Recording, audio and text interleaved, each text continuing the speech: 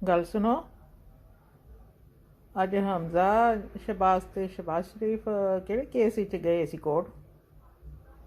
हमजा शहबाज ते शहबाज शरीफ हाँ उस केस गए सन तरीक भुगतन ਜਿਹੜੀ ਉਹ ਹੁੰਦਾ ਨਹੀਂ ਸੀ ਕਾਦੀਆਨੀ ਉਹ ਮਿਰਜ਼ਾ ਕਾਦੀਆਨੀ ਨਸ ਗਿਆ ਉਹ ਸ਼ਹਬਾਜ਼ ਉਹ ਸਮਥਿੰਗ ਉਹਦਾ ਮੈਂ ਨਾਮ ਹੀ ਨਹੀਂ ਲੈਣਾ ਚਾਹੁੰਦਾ ਖੈਰ ਉਹਦਾ ਕਾਗਜ਼ ਲਾ ਕੇ ਉਹਨੇ ਬਾਹਰ ਆ ਕੇ ਇੱਥੇ ਯੂਕੇ ਦੇ ਕੇਸ ਕੀਤਾ ਸੀ ਕਿ ਮਨੀ ਲਾਂਡਰਿੰਗ ਦਾ ਸਾਰਾ ਇਨਵੈਸਟੀਗੇਸ਼ਨ ਤੋਂ ਬਾਅਦ ਇੱਥੋਂ ਫੈਸਲਾ ਹੋਇਆ ਸੀ ਕਿ ਵੀ ਇਹਨਾਂ ਨੇ ਕੋਈ ਮਨੀ ਲਾਂਡਰਿੰਗ ਨਹੀਂ ਕੀਤੀ, ਕੋਈ 2 ਨੰਬਰ ਪੈਸਾ ਦੇ ਅਕਾਊਂਟ ਉਹਨਾਂ ਦੇ ਖੁੱਲ੍ਹ ਗਏ ਸੀ।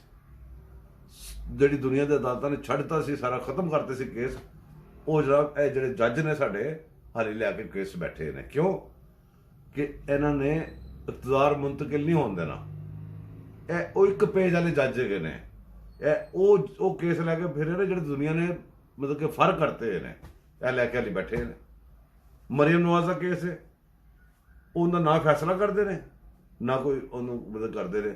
ਉਹਦਾ ਬੰਦਾ ਇਹਨਾਂ ਨੂੰ ਗਾਲਾਂ ਕੱਢ ਰਿਹਾ ਮਾਮਾ ਭੈਣਾਂ ਦੀਆਂ, ਉਹਦੇ ਕੋਈ ਤੋਂ ਅਦਾਲਤ ਨਹੀਂ, ਕੋਈ ਕੁਛ ਨਹੀਂ, ਉਹ ਦੰਦਲਾਂ ਦਾ ਫਿਰ ਰਿਹਾ। ਉਹ ਜੁਰਮ ਕਰ ਰਹੇ, ਉਹਨੇ ਪਾਕਿਸਤਾਨ ਤੇ ਹਮਲੇ ਕੀਤੇ ਨੇ। ਮੈਂ ਗੱਲ ਕਵਾਂਗਾ ਇੱਥੇ ਜਿਹੜਾ ਬੰਦਾ ਮੇਰੇ ਪਾਕਿਸਤਾਨ ਨੂੰ ਨਿਊਕਲੀਅਰ ਬੰਬ ਸੁੱਟਣ ਦੀ ਗੱਲ ਕਰੇ, 3 ਹਿੱਸੇ ਤਕਸੀਮ ਕਰਨ ਦੀ ਗੱਲ ਕਰੇ, ਜਿਹੜੇ ਉਹਦੇ ਪੈਰੋਕਾਰ ਨੇ, ਜਿਹੜੇ ਉਹਨਾਂ ਨੂੰ ਸਹੂਲਤਕਾਰ ਨੇ, ਜਿੰਦੇ ਜੱਜ ਵੀ ਆਉਂਦੇ ਨੇ, ਸਾਰੇ ਦੇ ਲੱਖ ਕਰੋੜ ਲਾਨਤ।